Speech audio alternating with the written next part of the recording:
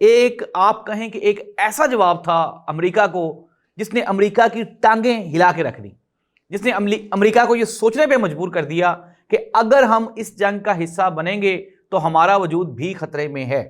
اور کل پھر اس کے بعد جو ڈونلڈ ٹرمپ کے جو ٹویٹس آئے جس میں انہوں نے شکریہ ادا کیا ایران کا کہ ایران اگر چاہتا تو کوئی بڑا رسپونڈ بھی دے سکتا تھا، لیکن اس کے باوجود انہوں نے بتا کے تو چھوٹا حملہ کیا اور اپنی ریٹیلیشن میں انہوں نے جو ایک آپ یہ کہیں ایک بیلنس قائم رکھا جس کی وجہ سے کوئی جانی نقصان نہیں ہوا۔ تو ناظرین، ایران نے یہ ثابت کیا کہ سب سے بڑی سپر پاور صرف اور صرف اللہ سبحانہ و تعالیٰ کی ذات ہے، اور جو سب سے طاقتور انسان ہیں وہ ہیں جو اللہ پہ ایمان رکھتے ہیں۔ اور میں نے آپ کو کل کے پروگرام میں بتایا تھا کہ یہ جو کمیونٹی ہے یہ ایک ایسی کمیونٹی ہے جو محمد اور آل محمد پہ اپنی جان تک قربان کرنے کے لیے تیار ہے۔ تو ناظرین، اب تک کی جو تازہ ترین صورتحال ہے، جنگ بندی ہو گئی، اور اگر ہم بات کریں بیئر شیبا، یہ ایک علاقہ ہے جہاں پہ ایران نے آج صبح میزائلز داغے۔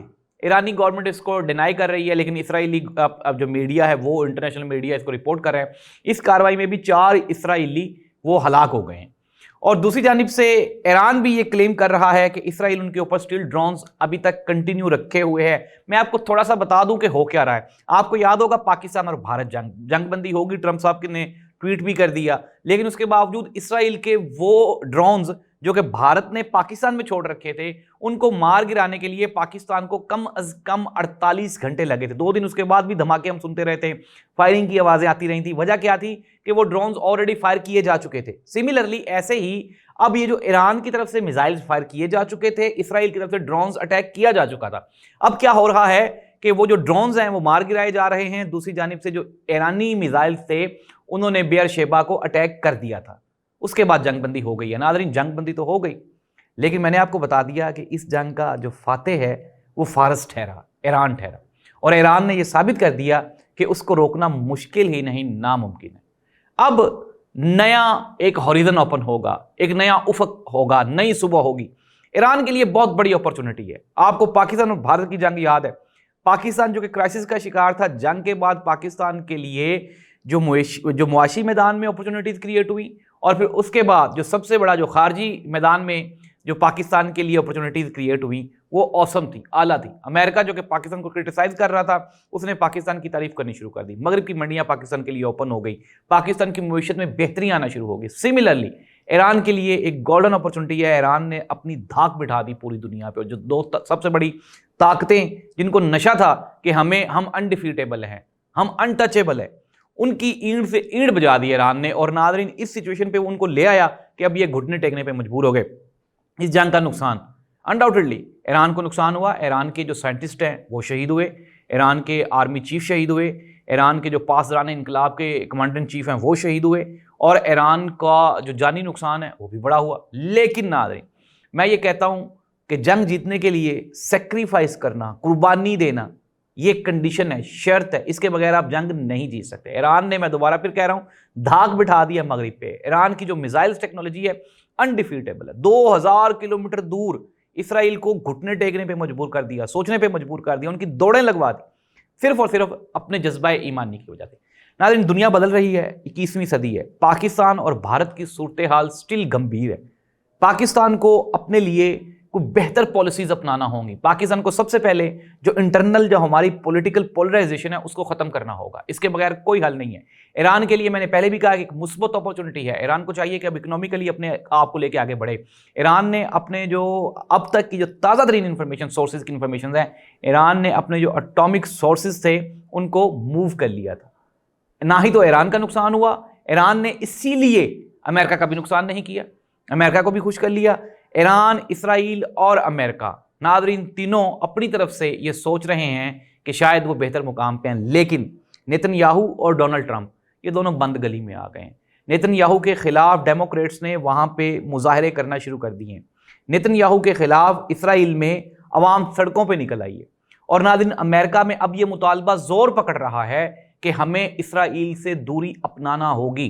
وہ اسرائیل جو اب سے 15 دن پہلے پورے خطہ عرب کے بہت قریب پہنچ گیا تھا، سعودی عرب کے قریب پہنچ گیا تھا، قطر کے قریب پہنچ گیا تھا، ایون کہ شام کو فورس کیا جا رہا تھا کہ آپ اسرائیل کو ایکسپٹ کر لیں، پاکستان پہ پریشر تھا کہ آپ اسرائیل کو ایکسپٹ کر لیں۔ وہی اسرائیل اب سفارتی سطح پہ تنہائی کا شکار ہو جائے گا. کیوں؟ کیونکہ نیتن یاہو نے تیسری جنگ عظیم کا یہ جو ایک بیج بویا وہ اس کو لے کے بیٹھ گیا.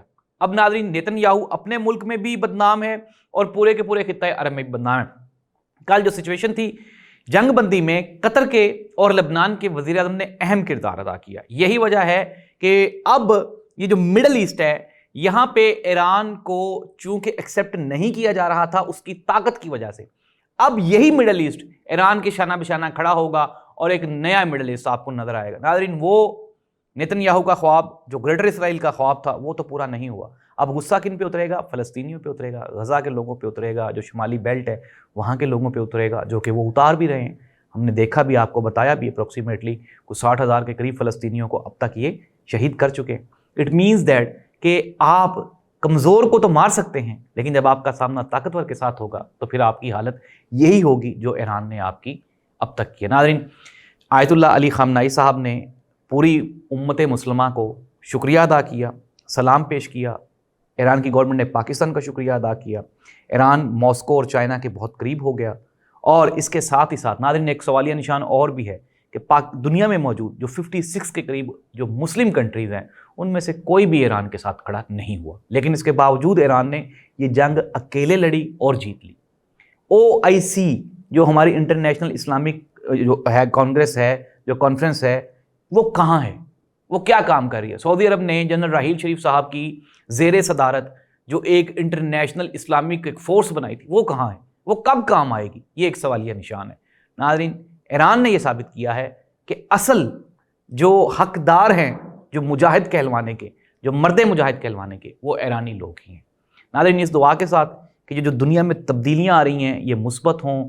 اللہ کا بڑا شکر ہے کہ ایک مرتبہ تو یہ جو خطرہ ہے تیسری جنگ عظیم کا یہ ٹل گیا، ختم نہیں ہوا، ٹل گیا ہے، پینڈنگ ہوا ہے. اگر حالات ایسے ہی رہے تو کسی بھی وقت یہ جو جنگیں ہیں یہ دوبارہ پھوٹ سکتی ہیں. اس دعا کے ساتھ کہ حالات بہتر ہو جائیں. آپ کو پروگرام ہمارا کیسا لگا؟ ہم نے کوشش کی کہ ہم پورا یہ جو ایونٹ تھا اس کا ایک پوائنٹ آپ تک شیئر کریں اور الحمدللہ اس میں ہم کامیاب بھی رہے اور آپ کا ساتھ بھی ہمارے ساتھ رہا. ہمیشہ کی طرح جس طرح پاکستان اور بھارت کی جنگ میں آپ نے ہمارا ساتھ دیا، آپ نے ہمیں سنا پسند کیا، اس طرح ایران اور اسرائیل کی جو جنگ تھی اس میں بھی ہم نے کوشش کی کہ ہم بالکل نیوٹرل ہو کے جو ایکچوئل فیکٹس ہیں وہ دنیا کو دکھائیں. اور یہی وجہ ہے کہ آپ نے ہمیں پسند کیا. آپ کی پسندیدگی کا بہت شکریہ. اس طرح سے آپ ہمارے ساتھ جڑے رہیں اور مزید انفارمیٹیو ویڈیوز دیکھنے کے لیے ہمارا چینل سبسکرائب کریں. اللہ حافظ.